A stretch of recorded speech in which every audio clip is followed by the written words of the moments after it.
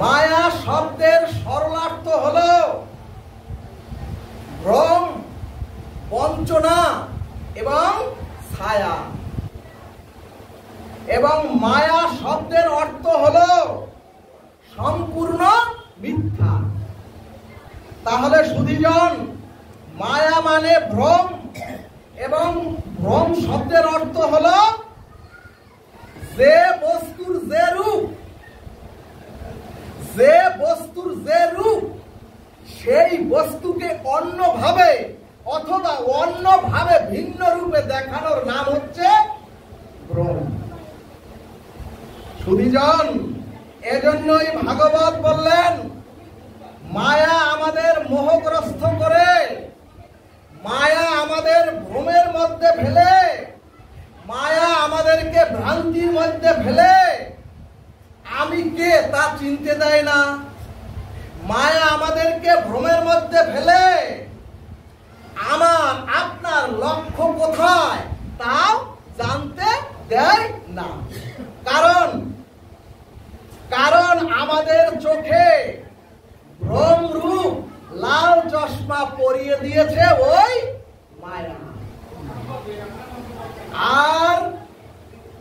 আর লাল চশমা পরলে, যিনি লাল চশমা পরিধান করবেন তিনি তো সব জগৎটাকে লাল দেখবেন। ঠিক তদ্রূপ মায়া যার মধ্যে, মায়া যাকে আক্রান্ত করেছে সেও জগৎকে সম্পূর্ণ বিপরীত দেখে। অর্থাৎ যেটা লাল নয় সেটাকেও সে লাল দেখে। ভাগবত দৃষ্টান্তে বললেন আগুন প্রজ্বলিত হওয়ার দৃশ্য সরাসরি লাইভে টিভিতে সম্প্রচারিত হলে আমরাও তো টিভিতে দেখি আগুনের লেলিহান শিখা টিভির মধ্যে জ্বলছে। এখানে মহাজনগণ বললেন আগুন লাগার সত্য দৃশ্য টিভিতে সরাসরি লেলিহান শিখা আমরা চোখে দেখলেও আপনি এটাকে সত্য বলতে পারবেন না। আপনি ওই লেলিহান শিখাকে টিভির মধ্যে আপনি সত্য বলতে পারবেন না। কি সমস্যা? আপনি সত্য বলতে পারবেন না, কারণ ওই আগুনে তো ওই টিভি পড়ে না। আবার আপনি ওই আগুনকে মিথ্যা বলতে পারবেন না। এখন প্রশ্ন, সত্য বলতে পারবো না, মিথ্যা বলতে পারবো না, তাহলে কি? ভাগবত বললেন এর নাম হচ্ছে মায়া। এর নাম হচ্ছে মায়া।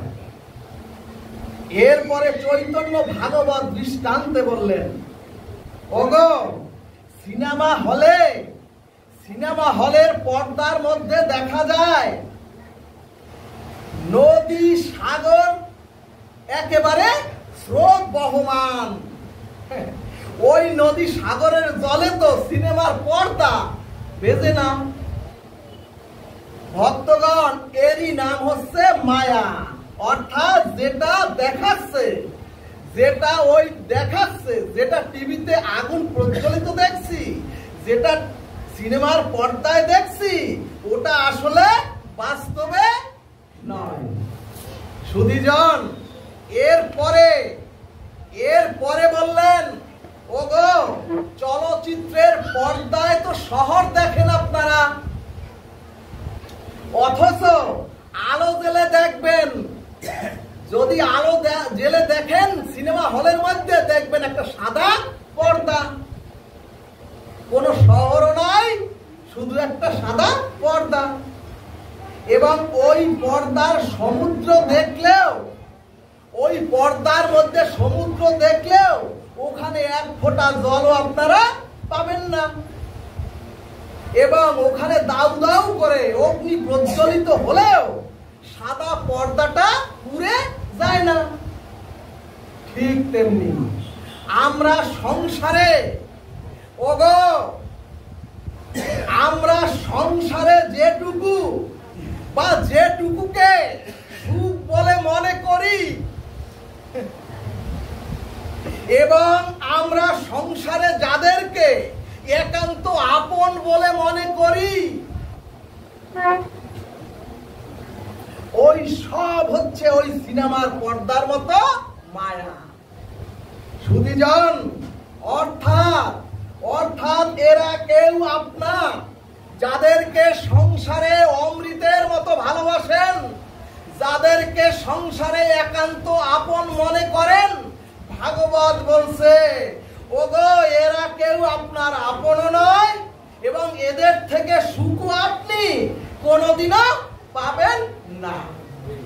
যতটুকু পাচ্ছেন সুখের মতো মনে হয়। হরি বল, হরি বল। কিন্তু ভক্তবৃন্দ, যতই শাস্ত্র বুঝাই, যতই তত্ত্ব কথা ভাগবত খুলে বলি,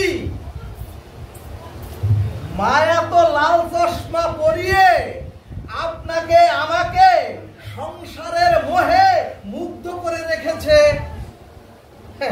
এই কারণে গীতায় শ্রী ভগবান বললেন, এই দুর্লঙ্ঘনীয় মায়াকে ত্যাগ করা, এই দুর্লঙ্ঘনীয় মায়াকে ত্যাগ করা সংসারী জীবের পক্ষে সম্ভব নয়।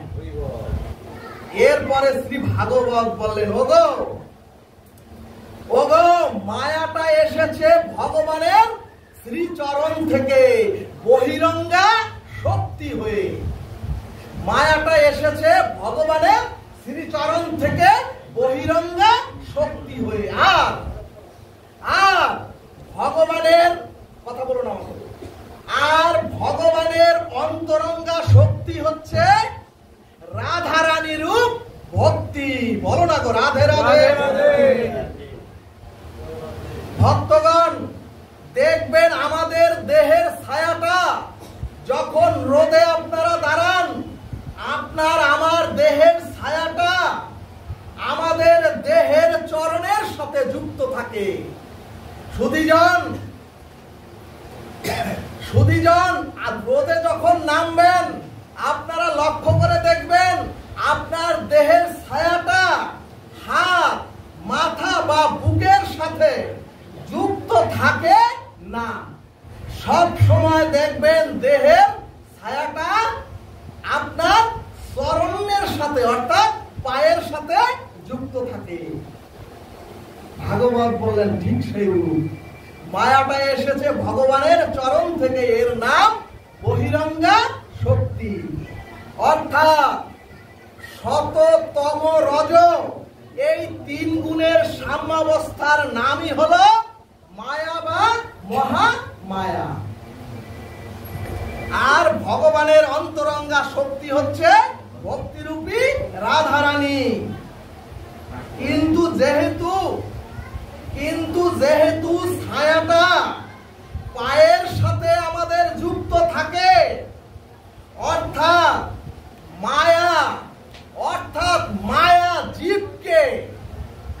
মায়া জীবকে ঢাকতে পারে না।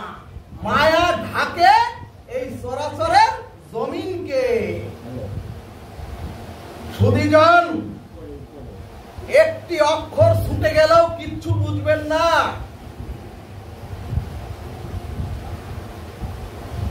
ভাগবত বললেন মায়া জীবকে ঢেকে রাখে, কিন্তু মায়া ভগবানকে ঢেকে রাখতে পারে না। এবং ছায়াটা পায়ের সাথে যুক্ত থাকে। ভক্তগণ, কিভাবে যে বুঝাই, ভক্তগণ আপনারা দাঁড়িয়ে দেখবেন আপনার দেহের ছায়াটা পায়ের সাথে যুক্ত থেকে আপনার দেহকে কখনো ঢাকতে পারে না। জমিকে ওই ছায়াটায় ঢাকে। কালকে রোদে দাঁড়িয়ে দেখবেন। তার মানে মায়া ভগবানকে ঢাকতে পারে না, তার মানে মায়া ভক্তিকে ঢাকতে পারে না। কিন্তু মায়া আমাদের মতো তিন গুণের দ্বারা আবদ্ধ জীবকে মায়া আবৃত করে ঢেকে রাখে। জয় নিতাই গৌর হরি বল। এরপরে ভাগবত দৃষ্টান্তে বললেন ভগবানকে মায়া ঢাকতে পারে না, কিন্তু ওগো জগৎ জীব ভালোভাবে তোমরা শোনো, মায়া ভগবানকে ঢাকতে পারে না, কিন্তু সেই ভগবান চরাচরে লীলা করে দেখালেন মায়ার কতটা ক্ষমতা। ভক্তগণ, রামচন্দ্র পূর্ণ ব্রহ্ম ভগবান, আর সীতামা হচ্ছে লাদিনী অন্তরঙ্গা ভক্তি। এবং ভাগবত বললেন এই ভগবান আর মায়া অন্তরঙ্গা শক্তি যে সীতা দেবী, তার কাছে মায়া পৌঁছাতে পারে না, কিন্তু বনবাসে রাম লক্ষ্মণ সীতা মুনি ঋষিদের সঙ্গে থেকে ওই বনবাসটাই কিন্তু বৈকুণ্ঠ ধাম তৈরি ছিল। সীতা দেবীর ওই বনবাসটাই ছিল বৈকুণ্ঠ ধাম, কিন্তু ভগবান রামচন্দ্রের চরণ থেকে সীতা দেবী,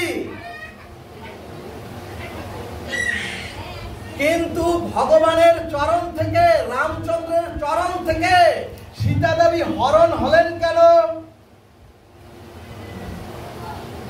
কেন ভগবান রামচন্দ্র সীতা দেবীর জন্য কেঁদে কেঁদে বনে জঙ্গলে হাঁটলেন আর কাঁদলেন? এবং কেন এত বড় যুদ্ধ বিগ্রহের প্রয়োজন হলো সীতা হরণের জন্য? সুধীজন, সীতা হরণের মূল কারণ রামায়ণ শাস্ত্র সিদ্ধান্ত দিলেন, ওগো সীতা হরণের মূল কারণ হচ্ছে মায়া। অর্থাৎ সেখানে একটি হরিণ এলো, তার নাম, সেই হরিণটির নাম হলো মায়া মৃগ। ভগবান তার লীলাতে দেখাচ্ছেন জগৎ জীবকে, জীবের কথা বাদ দাও, ওগো জীবের কথা বাদ, তোমরা ভালোভাবে দেখো, জগৎ লক্ষ্মী সীতাও স্বর্ণ মৃগ দেখে মোহিত হয়ে গেলেন। ভাগবত বললেন ও মা গেছো তো বনবাসে, ভাগবত বললেন ও মা আসো তো বৈকুণ্ঠ ধামে প্রভুর চরণে, তাহলে সেখানে আবার তোমার সোনার হরিণ কি দরকার? অর্থাৎ ভক্তগণ, শাস্ত্র দেখাচ্ছেন মায়া মৃগ রূপ সোনার হরিণে, মায়া মৃগ রূপ সোনার হরিণে জীবকে কি ক্ষতি করে দেয়। রাধে রাধে।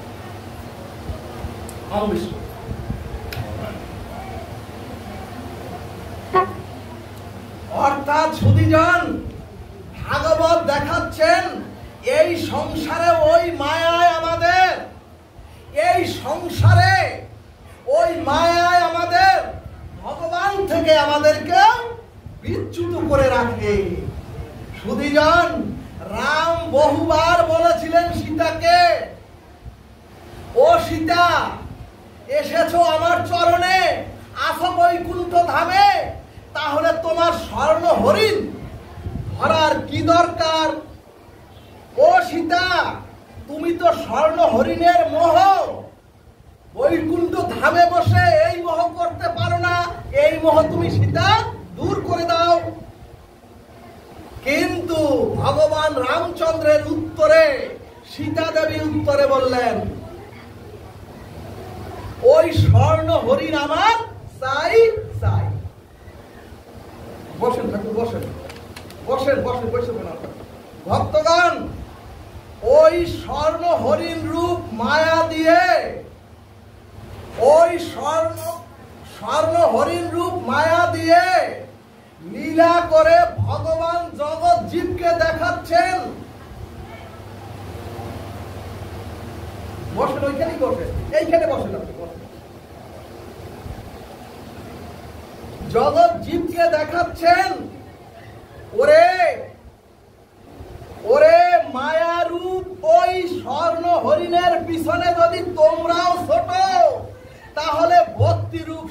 রাবণকে তোমরাও হারাবে। আর সীতারূপ এই ভক্তি দেবীরাও গোবিন্দকে হারাবে। এবং যেটুকু শান্তি ছিল ওই বৈকুণ্ঠ ধামে সেটুকু শেষ হয়ে যাবে। বলো না গো রাধে রাধে। অর্থাৎ রামায়ণ জগৎ জীবকে শিক্ষা দিলেন, মায়ার পিছনে ছুটলে ও গো তোমাদেরও এই দশা হবে। অর্থাৎ তোমাদের রাবণ এসে হরণ করে একেবারে পতিত করে দেবে। কিন্তু ভক্তগণ, ঋষি কবি রবীন্দ্রনাথ ঠাকুর তার অক্ষরে লিখলেন, তোরা যে যা বলিস ভাই, আমার সোনার হরিণ চাই। অর্থাৎ ও সুভাষ, তুমি যতই বুঝাও রূপ যৌবন সুখ ভোগ রূপ সংসারের মায়া রূপ সোনার হরিণ আমাদের প্রত্যেকের চাই চাই। এরপরে মহাভারত সিদ্ধান্ত দিলেন, ওগো ধর্মরাজ যুধিষ্ঠির, ওই পঞ্চ পাণ্ডবের মধ্যে একমাত্র ধর্মরাজ যুধিষ্ঠির তার সশরীরে মহাপ্রস্থানের পথে যেতে পেরেছিলেন, কারণ তার জীবনে কোনো পাপ ছিল না। কিন্তু সুধীজন, সেই যুধিষ্ঠির মহারাজ ভগবান শ্রীকৃষ্ণ, যার পিছনে ভগবান শ্রীকৃষ্ণ লীলা করতে এসে এই চরাচরে যার পিছনে ছায়ার মতো কাটিয়েছেন ভগবান, সেই যুধিষ্ঠির জুয়া খেলতে গিয়ে দ্রৌপদীকে কেন বন্ধক দিয়ে দিলেন? ও মাগো, প্রথমে যুধিষ্ঠির তার রাজ্য দিয়ে দিলেন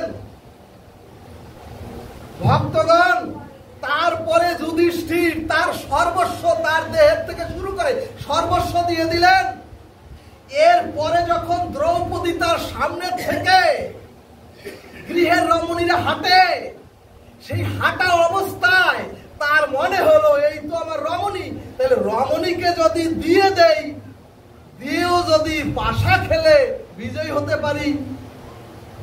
সুধীজন, দ্রৌপদীকে দিয়ে জুয়া খেলা শুরু করলেন যুধিষ্ঠির মহারাজ। সুধীজন, শকুনি রূপ মায়া জালে যুধিষ্ঠিরের মতো ধর্মপুত্র, স্বর্ণ হরিণ রূপ মায়া জালে যুধিষ্ঠিরের মতো ধর্মপুত্র তার স্ত্রীকে বন্ধক দিয়ে দিলেন। এখানে ব্যাসদেব দেখালেন, অসৎ সঙ্গের মায়াতে যদি তোমরাও পড়ো, তোমরাও যদি অসৎ সঙ্গের দুর্গতির মধ্যে পড়ো, তাহলে তোমরাও এই চরাচরে দুর্গতিতে পড়বে। মহাভারত দেখালেন, অসৎ সঙ্গের মায়ার কারণে 12টি বৎসর তাদেরকে ওই যুধিষ্ঠির মহারাজ সহ সকলকে বনবাসে কাটাতে হলো। তারপরে 1 বছর তাদের অজ্ঞাতবাস হলো, শুধুমাত্র মায়ার প্রহেলিকার জন্য। সুধীজন, এরপরে ভাগবত মহাপুরাণ দৃষ্টান্তে বললেন, ওগো রাবণের মতো বেদজ্ঞ, রাবণের মতো জ্ঞানজ্ঞ এ চরাচরে পৃথিবীতে কম ছিল।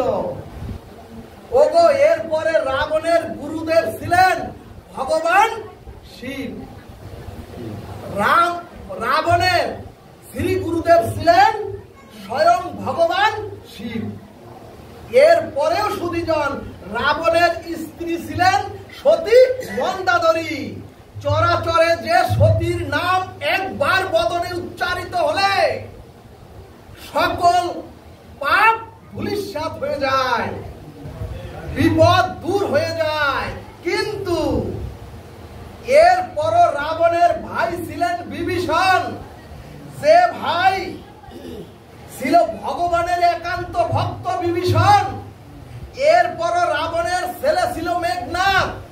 সেই মেঘনাদ ওই মেঘের আড়াল থেকে যুদ্ধ করতে পারতেন। এরপরও এত বড় স্বর্ণরাজ্য ছিল ওই রাবণের, এত বড় স্বর্ণরাজ্য, আর এত বড় তপস্বী হয়েও রাবণ, সেই রাবণকেও মায়ার কারণে একেবারে নিঃশেষ পতিত হতে হলো। অর্থাৎ ও রাবণ, এত কিছুর পরও তোমার সীতার দিকে কুদৃষ্টি কেন যাবে? ভক্তগণ, এত বড় জ্ঞানী ভগবান শিবের শিষ্য, এত বড় বেদজ্ঞ, এত বড় বলশালী হয়েও মায়ারূপ ভোগের দিকে দৃষ্টি যাওয়ায় ধ্বংস হয়ে গেল রাবণ, ধ্বংস হয়ে গেল স্বর্ণপুরী, অর্থাৎ এই সংসার রূপ স্বর্ণপুরী। এখন প্রশ্ন, আপনাদের কষ্ট দেব না। এই দুর্লঙ্ঘনীয় মায়াকে জয় করে জীব জন্ম মৃত্যুর অভিশাপ থেকে মুক্ত হয়ে কিভাবে ওই গোলকে পৌঁছাবে? এখানে শ্রীমদ্ ভগবদ গীতায় সিদ্ধান্ত দিলেন, সর্বধর্মান পরিত্যাজ্য মামেকং শরণং ব্রজ অহং তাং সর্ব পাপেভ্যো মোক্ষয়িষ্যামি মা শুচ। অর্থাৎ ওগো, ভালোভাবে তোমরা শোনো, ওগো তোমাদের দেহের কামনা বাসনা, ওগো সর্বধর্ম বলতে ভগবান বুঝিয়েছেন ওগো তোমাদের ধন জন আর পুত্র কন্যা, ওগো তোমাদের ইহকাল আর পরকালের শান্তি, আর তোমাদের সসুখ বাসনার যে ধর্ম, এগুলি তোমরা পরিত্যাগ করে একমাত্র পরম ধর্ম ভগবত ধর্মের আশ্রয় গ্রহণ করো। সুধীজন,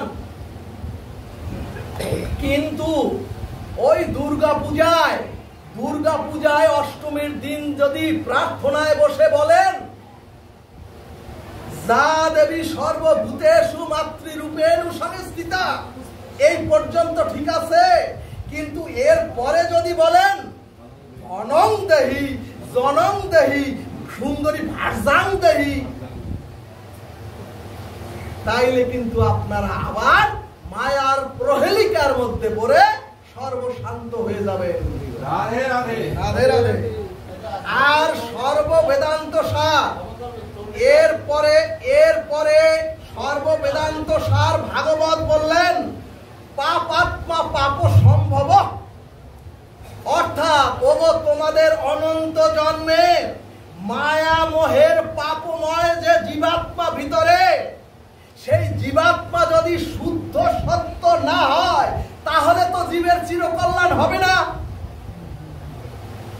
তখন গীতা, ভাগবত, চৈতন্য চরিতামৃত অর্থাৎ নবলক্ষ গ্রন্থের সিদ্ধান্তে বললেন ত্রাহিমাং পুণ্ডরীকাক্ষ সর্ব পাপেভ্যো হর হরি, অর্থাৎ একমাত্র ওই হরি, একমাত্র ওই ত্রাহিমাং পুণ্ডরীকাক্ষ হরি।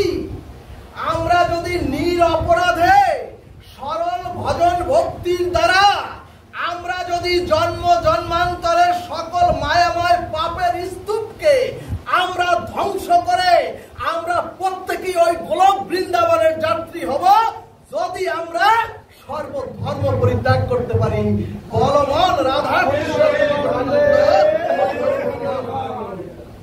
দাদা কি বলছেন?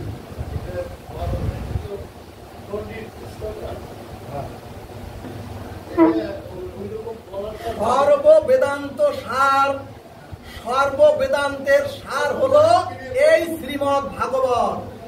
তাতে চণ্ডী বলেন, বেদ বলেন, গীতা বলেন, আমি তো অস্বীকার বলি নাই, আপনি পুজো করেন, আপত্তি নাই।